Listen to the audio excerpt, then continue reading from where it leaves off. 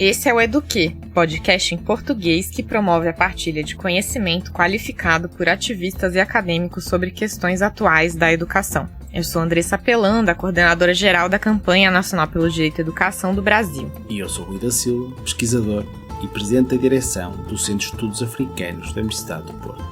Hoje vamos começar uma série muito especial sobre o centenário do nascimento de Paulo Freire, um dos maiores pensadores da educação do Brasil e do mundo. As comemorações do centenário acontecem por todo o mês de setembro e, claro, o Eduquê dá aqui sua contribuição para celebrar a memória do ilustre educador recifense.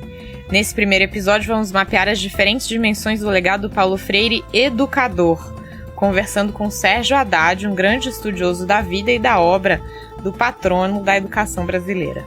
Seria muito legal fazer alguma coisa que as pessoas pudessem ler, assim como literatura mesmo, sem ter que interromper para ver nota, um perfil, tanto que chama um perfil, né, de Paulo Freire. Não é uma biografia, é um perfil do Paulo Freire. E as pessoas que quiserem se aprofundar, aí lá tem as referências, né, o caminho para ler os livros dele. Então é alguma coisa de conjuntura, vida pessoal e produção intelectual. Essas três coisas de maneira mais leve para a pessoa ler assim, como se fosse um livro de literatura.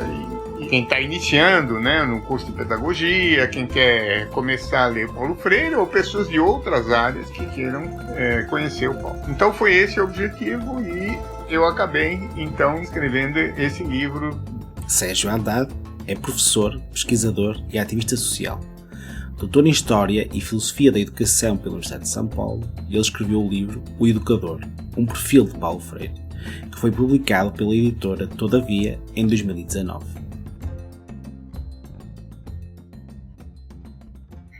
Sérgio Haddad, seja muito bem-vindo ao nosso Eduquê. Muito obrigado. Muito obrigado pelo convite. Sérgio Haddad, além de educador e pesquisador, e de ter dado grandes contribuições ao desenvolvimento das políticas educacionais no Brasil, é autor também de uma biografia sobre Paulo Freire, como a gente já falou na nossa apresentação. E, Sérgio, queria então começar essa conversa aqui, dessa tarde, dessa manhã, dessa noite, porque temos pessoas ouvindo em vários lugares do mundo, pedindo para você contar um pouquinho para a gente o que te moveu, né, para escrever essa biografia. E também comentar sobre algum caso, né, que foi interessante nesse processo de investigação para a biografia desse mestre que faz 100 anos. Primeiro, muito obrigado. É um prazer falar aqui com a campanha. Eu acompanhei desde o início. E nesse ano em particular, né, que é o ano centenário do Paulo Freire, que na verdade, eu diria para você, Andressa, eu não fiz o livro pensando no centenário. E nem pensando nesse governo que vem atacando tanto o pensamento dele com sua tropa de choque, etc. Eu, quando pensei nessa biografia, isso foi já uns 4, 5 anos, porque eu estava pensando em pegar um tempo livre para escrever, né, e achei que faltava uma biografia bacana sobre o Paulo Freire. Tem outras, claro, mais curtas, outras mais pessoais, tal, mas uma biografia que fosse completa sobre ele. Então, eu apresentei um projeto de 3 volumes, um projeto bem ambicioso para uma editora, a Companhia das Letras, que acabou, no último momento, desistindo do projeto. Primeiro porque eles estavam sendo incorporados ou agregados à Pinguim, né, a editora, naquele momento, então estavam muito inseguros ainda e acharam que não era algo que pudesse ser vendável e que tivesse viabilidade econômica. Eu deixei de lado isso. Aí acontece que uma parte do pessoal de lá, que já me conhecia, saiu e fundou a Todavia, que é uma editora nova, uma editora... E logo que depois eles fundaram, eles me procuraram e falaram, sabe aquele projeto, tal, você não quer pensar nisso, tal? Só com 250 páginas, não pode passar disso, porque não dá, nós estamos começando agora e tal. Foi aí, então, que mudei um pouco a perspectiva, porque a minha ideia era fazer aquela biografia mais pesada, com muitos dados, muitas citações, muitas referências, etc., para algo que eu pensei que pudesse, já naquela conjuntura de movimentos sociais, de fora Paulo Freire, né, depois de 2013 e tal, falei, bom, olha, tem muita bobagem sendo dita sobre o Paulo Freire. Então, seria muito legal fazer alguma coisa que as pessoas pudessem ler, assim como literatura mesmo, sem ter que interromper para ver nota, um perfil, tanto que chama um perfil, né, de Paulo Freire. Não é uma biografia, é um perfil do Paulo Freire, e as pessoas que quiserem se aprofundar, aí lá tem as referências, né, o caminho para ler os livros dele. Então, é alguma coisa de conjuntura, vida pessoal e produção intelectual. Essas três coisas, de maneira mais leve, para a pessoa ler, assim, como se fosse um livro de literatura.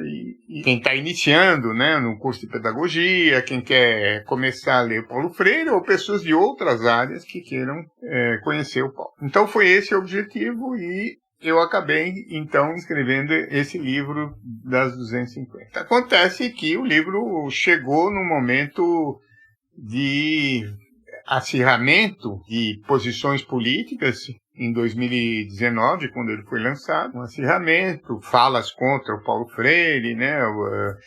E isso criou uma curiosidade sobre ele. E depois o centenário acabou, enfim, virando uma coisa muito grande, né? E eu não imaginava que iria ter tanto evento, tanta live, o que é muito bom, porque tudo aquilo que foi dito sobre o Paulo Freire, né, foi atacado, etc., acabou criando uma situação reversa. As pessoas começaram a dizer, mas afinal, quem é? Começaram a ler Pedagogia do Oprimido, a comprar livros do Paulo Freire. Cresceu a venda muito dos livros do Paulo Freire, né? O que significa que aumentou o interesse sobre ele. Uma outra coisa que eu acho que é importante é que eu acho que ninguém é obrigado a gostar do Paulo Freire, mas as pessoas têm quase que uma obrigação de conhecer o Paulo Freire. Pelo tamanho dele, pelo fato dele ser uma pessoa conhecida internacionalmente, são poucas pessoas conhecidas internacionalmente no Brasil, né, do Brasil. Acho que é muito bom o fato de que as pessoas estejam lendo sobre ele, conhecendo sobre ele. E você pode, a partir do conhecimento, dizer, bom, isso eu não concordo. O que não dá é para você cancelar o Paulo Freire porque ouviu falar, né, e não porque você tenha conhecido sobre isso. Não é honesto, vamos dizer assim, intelectualmente. Bom, eu fui fazendo, conversando, fui lendo. Eu sou uma pessoa da área de educação de jovens e adultos, né? Sempre li muito Paulo Freire, comecei a trabalhar, conheci ele pessoalmente, trabalhei um método dele já lá atrás, na década de 60, e ele já tinha saído do país e tal. Então, para mim, foi um período muito frutífero, uma revisitação do Paulo Freire, de coisas que eu já tinha lido e ler outras coisas que eu não tinha lido. Então foi muito agradável fazer o livro. E ele é uma pessoa muito curiosa, assim, né, como personagem. E ele fala muito dele, conta muito da história dele, revê muito o seu passado. Então tudo isso ajuda. Muitas das coisas que eu pus lá são coisas que ele falou, dele mesmo, né, do seu passado. Claro que você precisa conferir essa informação. Vamos dizer, duas coisas que eu acho que foram mais curiosas, vamos dizer assim. Primeiro, é uma informação que eu não vi em lugar nenhum, né? Foi uma informação que a própria Madalena Freire me deu. É que a Elza Freire, ela era de uma família de classe média, tal, né? E ela estava sendo prometida para algum noivo dono de usina de açúcar, né? Alguma coisa desse tamanho. E ela conheceu o Paulo Freire como professor. Apesar dele ter 5 anos menos que ela, eles se conheceram, ele dando aula para ela, né, dando aula particular para um concurso, e eles se apaixonaram, mas a mãe não queria, a família dela não queria. Então, ela passou a visitar o Paulo, levando mudas de roupa para casa dele. e voltava para casa, até que um dia ela fugiu com o Paulo. E se casaram, etc, etc. E a família só veio a reaproximar do casal, a família dela, né, depois que a Madalena nasceu. Celebrando aí o dia do avô, da avó, que nós estamos próximos, né? Então isso fez a aproximação da família. Eu achei muito interessante isso, uma coisa nova, vamos dizer, um furo, né? Não tinha lugar nenhum. E a outra coisa que eu li é o fato dele permanecer pernambucano, nordestino pernambucano a vida toda, morando em qualquer parte do mundo. E ele tem explicações para isso. Primeiro, porque ele é assim mesmo, e ele não quis se desconstruir. Em segundo lugar, porque ele dizia que, vamos dizer, uma pessoa no exílio é uma pessoa que precisa ter raiz.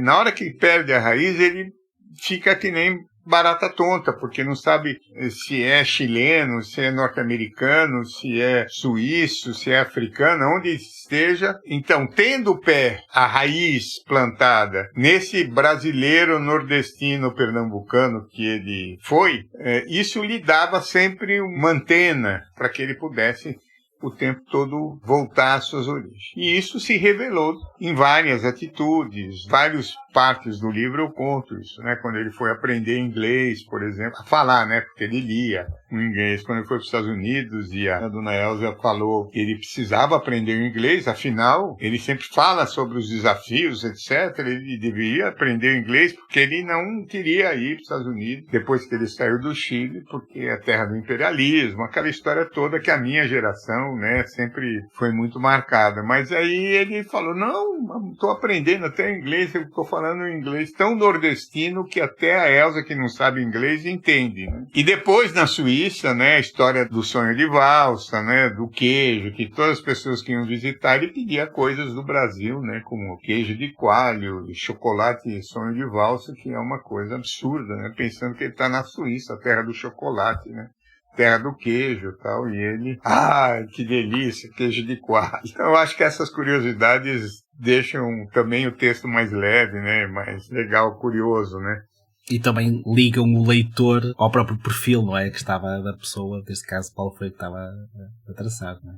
É verdade, ele liga esse perfil mesmo. Na alimentação, por exemplo, ele só comia comida brasileira, feijoada, arroz, feijão. A coitada da dona Elza tinha que se virar para ir buscar. Quando ele viajava, e viajava muito, porque quando ele estava em Genebra, ele fez 150 viagens internacionais. Então ele ficou muito tempo fora de casa. Aí sim o pessoal aproveitava para fazer um fondue, né, como uma comidinha mais local, que ele não estava lá para cobrar uma comida brasileira. E agora indo para o seu livro, não é? Do perfil de Paulo Freire, como referiu, o Educador. No primeiro capítulo fala da extinção do Programa Nacional de Alfabetização pelo governo militar, em abril de 64, sob a acusação de que Paulo Freire era comunista. Em 2016, após o impeachment da presidenta Dilma Rousseff, o primeiro programa suspenso pelo governo de Michel Temer foi o Brasil Alfabetizado, programa inexistente ainda até hoje. E um dos questionamentos feitos a Freire, à época, sobre o seu método era, como cita no seu livro, que seria dedicado à alfabetização, ou ao ensino em geral, ao que ele respondeu que a sua preocupação era educar e não somente alfabetizar. Então,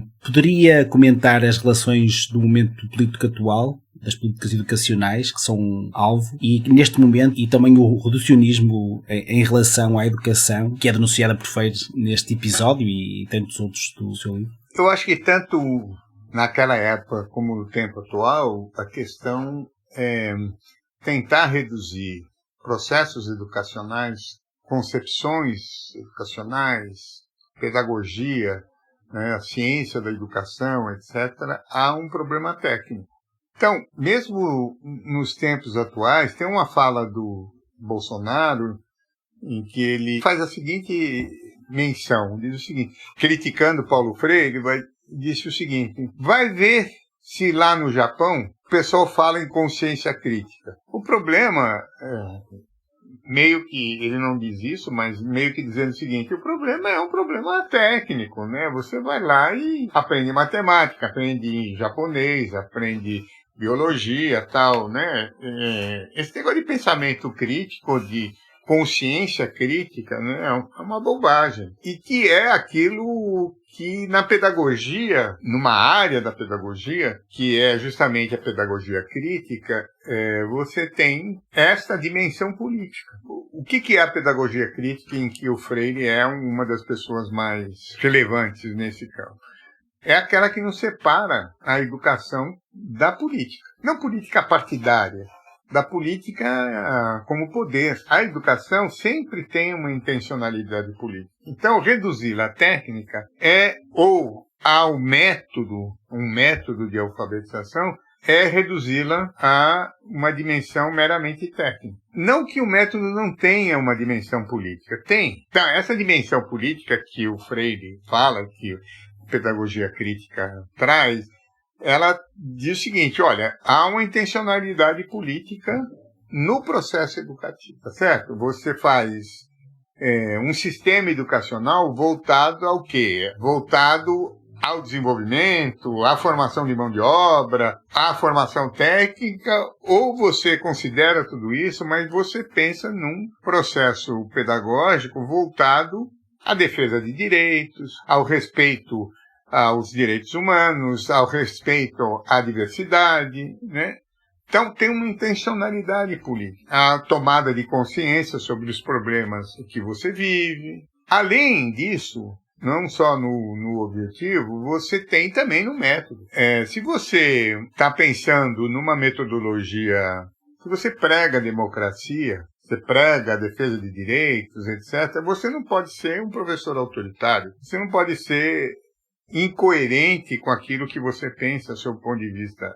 Então, o método também tem uma dimensão política. E, finalmente, quais são os valores que você passa quando você é educador ou educador? Você está pensando em valorizar valores discriminatórios, né? Valorizar valores racistas, valorizar a competitividade, valorizar a meritocracia, né? Ou você está pensando na convivência humana, no respeito ao outro, né? Na individualidade do outro, no diálogo.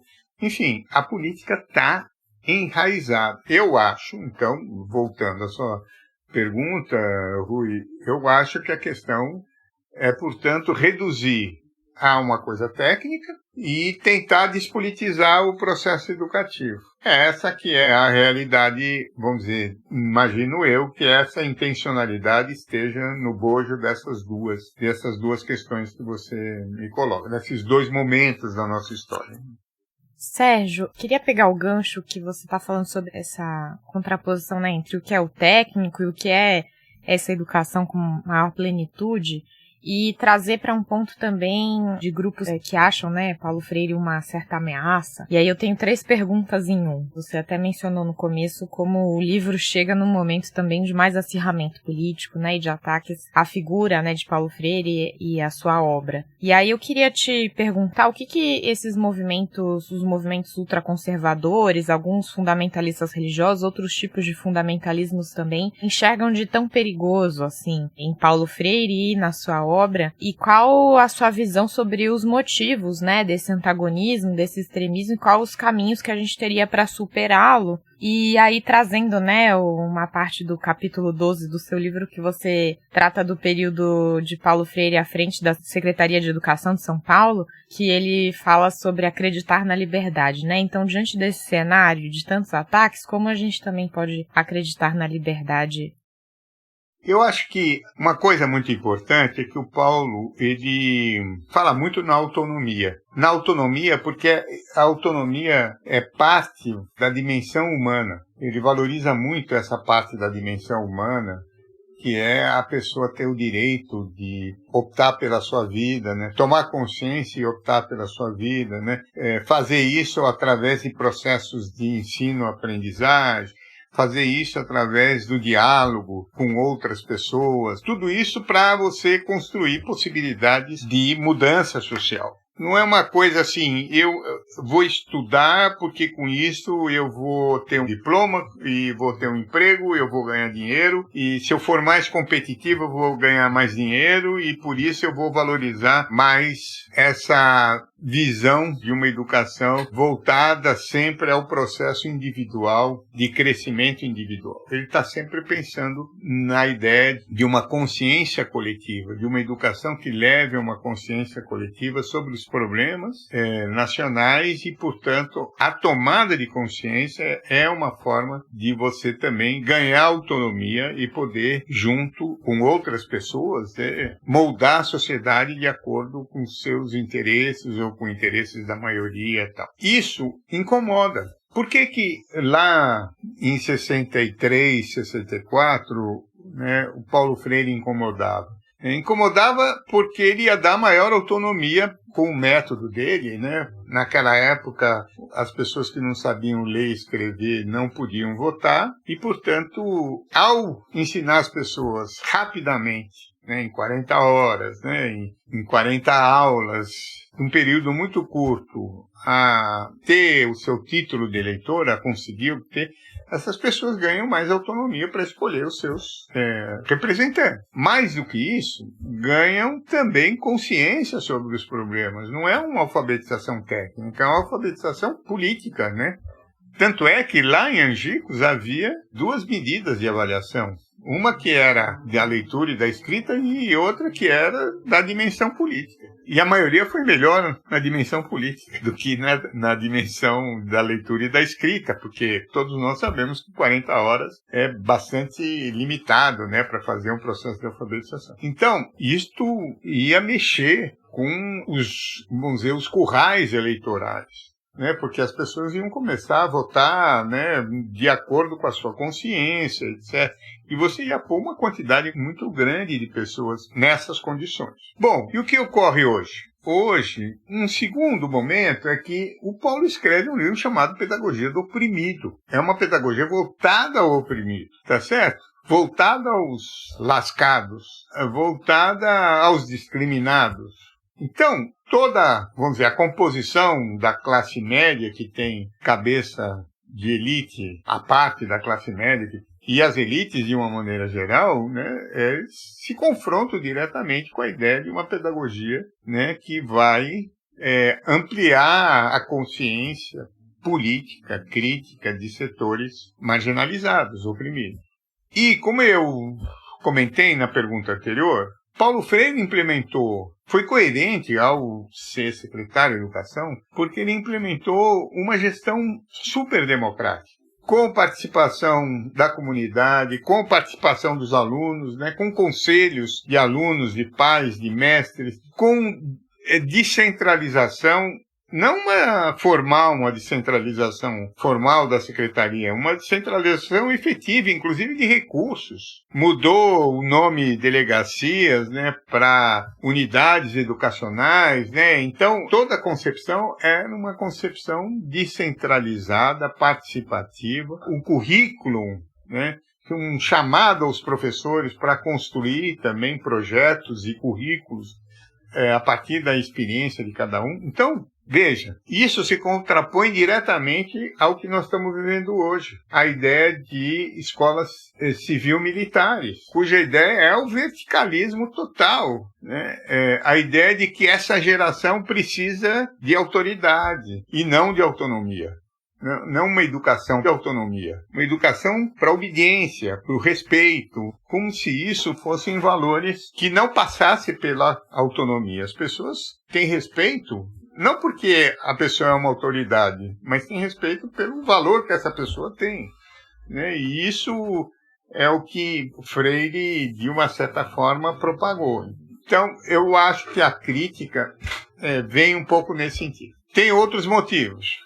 Paulo Freire foi um dos fundadores do PT. E nessa onda de acusações, né, do PT, do petismo, do Lula, não sei o quê, ele entra no mesmo pacote.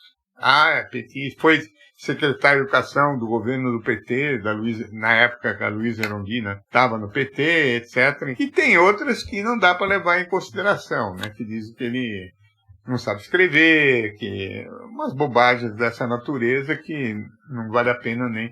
É de quem não leu. Ou que leu e não entendeu nada. Então, o problema é que é mal escrito.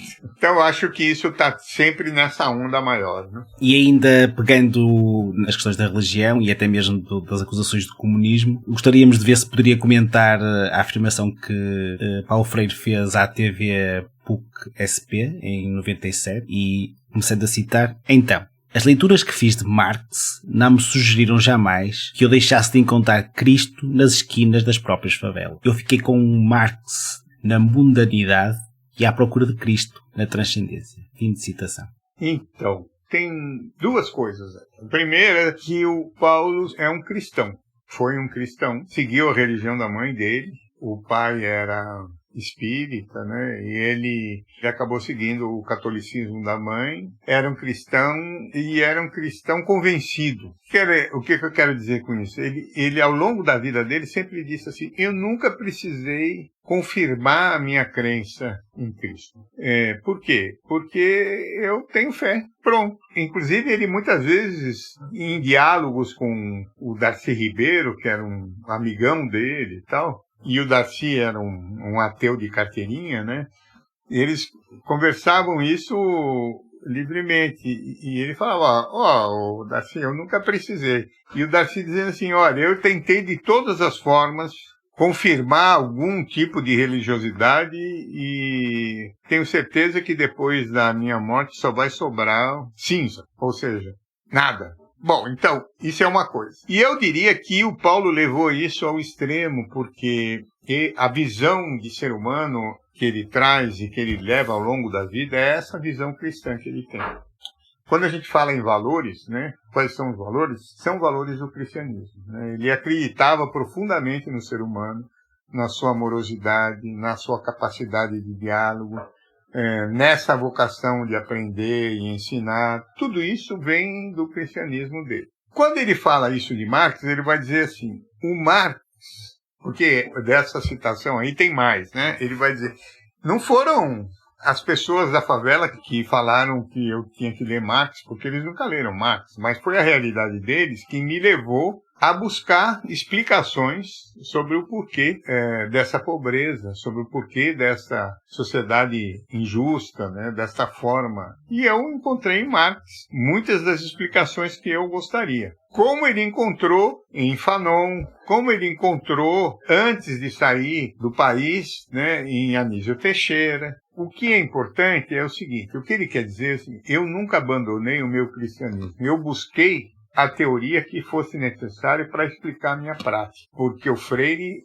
nunca foi um intelectual de gabinete, ele sempre foi uma pessoa que, mesmo quando estava na universidade, né, exercia a sua capacidade de atuação permanente, a sua prática permanente, e a partir da reflexão sobre essa prática, ele ia buscar os teóricos para explicar o que acontecia. Então ele foi muito criticado, inclusive, na academia, quando ele voltou, por ele não ter carteirinhas teóricas, vamos dizer. Mas você se afilia a qual corrente? Ou quase que ele vai dizer: eu sou cristão.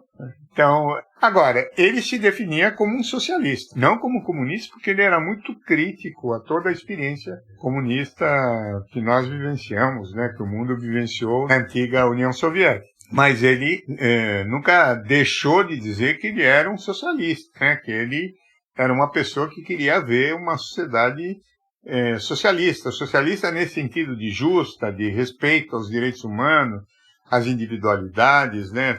Nesse sentido, ele sempre foi muito claro. Então, eu acho que tem a ver com essa explicação, viu, Rui?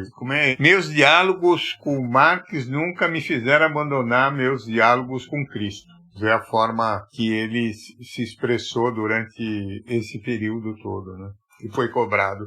E já que a gente está em frases célebres de Paulo Freire, vou citar mais uma aqui, que muita gente conhece, né? Que ninguém educa ninguém, ninguém se educa a si mesmo, os homens educam-se entre si, mediatizados pelo mundo, né? Esse ninguém educa ninguém é até um dos títulos, né, de capítulos do livro, que trata da produção intelectual do autor em meio ao período de exílio.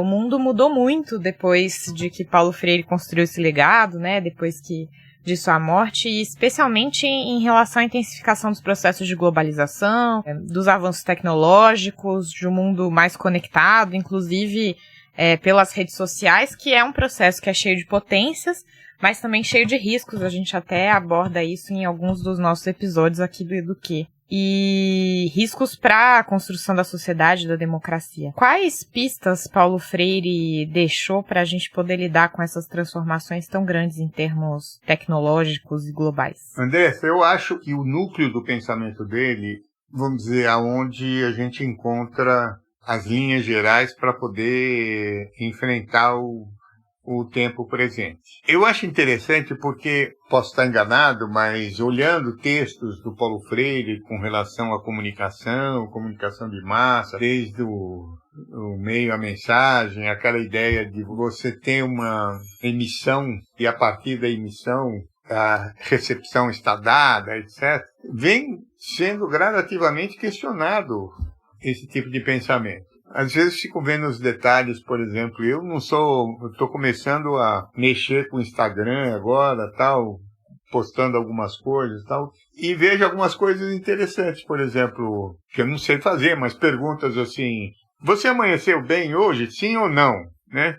Ou você não sei o que, sim ou não, comente comigo, tal. Então, o que é isso? Passar para além das mensagens, né, de comentários sobre aquela mensagem que você faz, numa tentativa de avançar num diálogo, na ideia de um diálogo. Quando eu vejo as redes de televisão, de repente, não é só pesquisa de mercado, pesquisa de audiência, tal, essas coisas são importantes. Mas quando eu vejo nos jornais, por exemplo, vamos ouvir agora os comentários dos nossos telespectadores, né, e projeta na tela, fulano de tal diz isso, fulano de tal diz isso, fulano de tal diz isso. É uma tentativa de aproximação também, né, do receptor. Qual é a reação desse receptor em relação ao que eu falo? Não é um diálogo ainda. É claro, portanto, que a modernização tem trazido processos também baseados em novas tecnologias, que nem sempre caminham por aquela ideia dos centros de cultura, do diálogo construído nesses centros de cultura, né, do pensamento coletivo, etc. Mas a gente vem usando tecnologias para fazer coisas como essa aqui, por exemplo, em que gradativamente você vai fazendo perguntas, dialogando, você vai tendo, inclusive, reuniões, né, de família, com o cara liga lá o Zoom e vai lá fazer uma reunião de família e vê o neto que não sabia,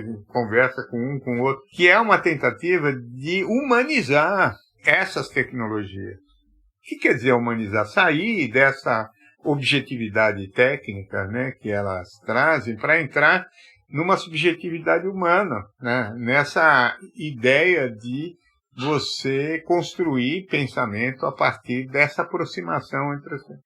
Se a gente conseguir dominar essa tecnologia dessa forma, eu acho que, vamos dizer, a influência do Freire é muito presente, né? Para nós, para um conjunto de pessoas que vêm dessa formação, né? Que vê Paulo Freire como mais um filósofo, um inspirador, né? Que você tenta trazer por o aqui e agora, né, com esse núcleo básico que é acreditar que as pessoas possam, através da aprendizagem e do diálogo, do ensino, do diálogo, construir novos conhecimentos, o que não quer dizer que os professores não precisam se preparar. Quando você fala ninguém ensina ninguém, as pessoas não é um bate-papo, tomar café na esquina, não. O educador está lá em pedagogia da autonomia, né? O educador precisa se preparar, né, para o seu diálogo, mas precisa respeitar, né, aquilo que é o saber feito daquelas pessoas, aquilo que eles trazem de bagagem, né, para o trabalho. Então, eu acho que essa aproximação é uma aproximação importante. Não vai ter saída, né, para os nossos alunos agora, no seu retorno, se a gente não tiver disposição de ver quais foram as aprendizagens desses alunos, né? O que eles aprenderam o que eles sentiram, qual foi a experiência de morte que eles tiveram, de vida, né, de perda de parentes, etc, etc. Isso aí a tecnologia não vai resolver. Ela pode apoiar algumas coisas, mas não resolve. Então não adianta pensar apenas que ela é um processo de distribuição de informação ou de fake news, etc, etc. Ela tem que ser usada, é uma coisa nova, ela tem que ser usada de acordo com aquilo que você compreende sob o ponto de vista do seu pensamento pedagógico.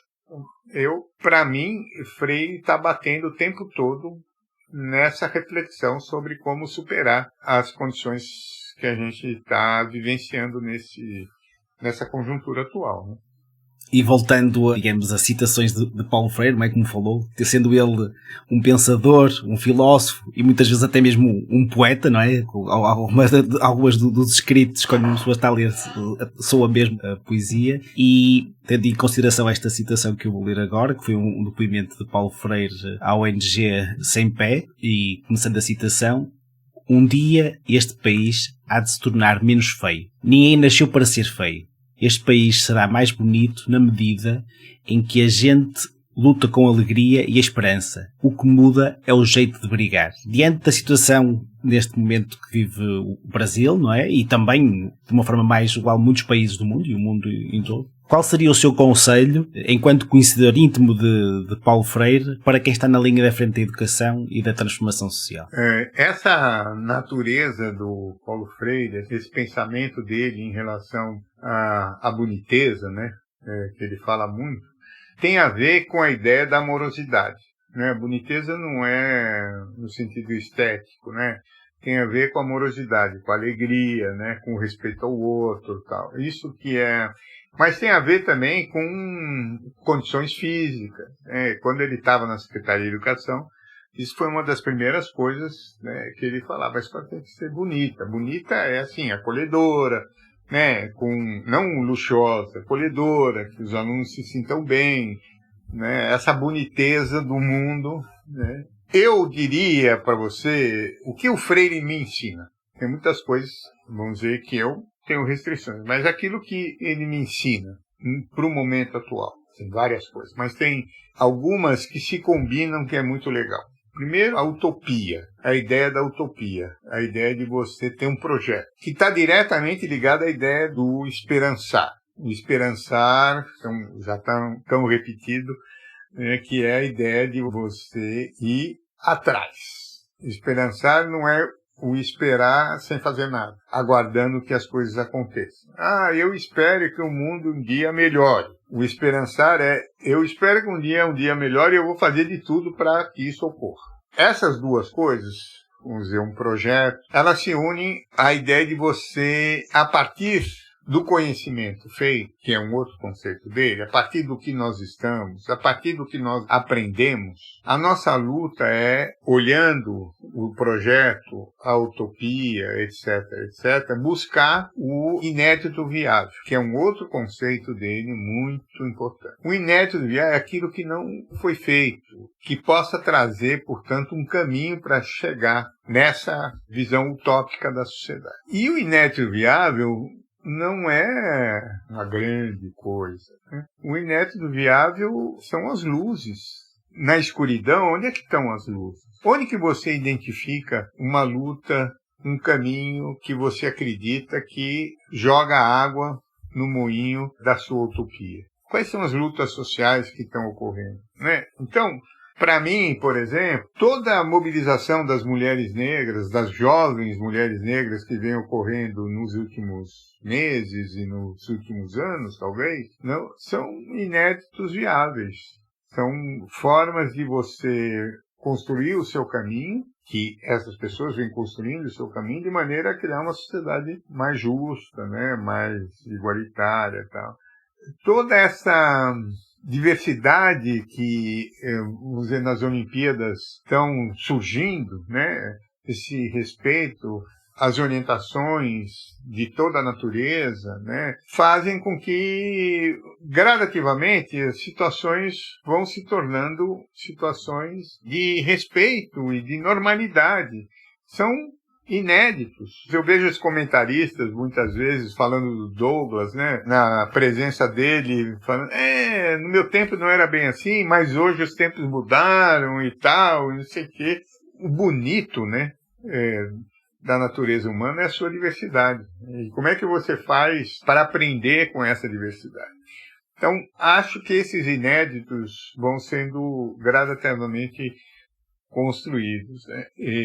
Eu participei de uma live uma vez sobre o Paulo Freire, e muito interessante, porque uma das participantes utilizou a figura da rocha, e quanto é difícil de você mover um bloco de pedra, quando às vezes parece tudo tão grande e tudo tão difícil, né? Mas, diz ela, né, você nesses blocos de pedra consegue ver algumas rachaduras. E muitas vezes essas rachaduras nasce uma planta, nasce uma flor. E elas são caminhos, né, que devagarinho vão pela água, né, penetrando e vão rompendo esses blocos. Então, não são as grandes coisas, são as pequenas coisas também. Onde houver luzes, né, eu acho que Paulo ensina um pouco isso, né, de que a nossa luz é muito grande para a gente construir um outro mundo, né, em todos os aspectos, né, desde questões socioambientais tão em voga que estão aí, né, e tão importantes, né, que fazem repensar toda a nossa humanidade, é muito grande. Mas o que a gente pode fazer?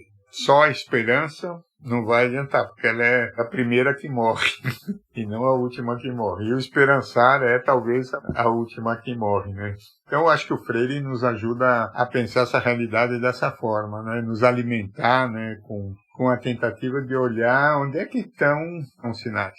Isso eu aprendi com os protestantes quando eu trabalhava numa entidade protestante há muito tempo atrás. Onde não há luz, onde há escuridão, você tem que procurar onde tem luz. Nos sinais de luz você vai atrás. Onde estão as luzes? Nós precisamos fazer análises finas para entender onde é que estão essas luzes para o novo tempo. Por que eu estou dizendo isso? Porque todos nós sabemos já que naquela época do Freire, muitas vezes o movimento sindical era a força. Depois, na reabertura também, todo o ABC, etc, etc. Hoje são os movimentos, né? De uma certa forma, a força da sociedade civil organizada. Então, todo o modelo de mudança social, né, ele começa a se refletir. E eu acho que essas coisas a gente tem que considerar. Muito, muito obrigada, Sérgio, pela sua presença, participação e pelo esperançar que deixa, né, aí no final, pra gente seguir aí agindo, né? Acho que esse podcast já vai ser uma grande contribuição pra gente trazer mais esperançar aí pras nossas terras que precisam tanto. Muito obrigado, André. Ótima conversa.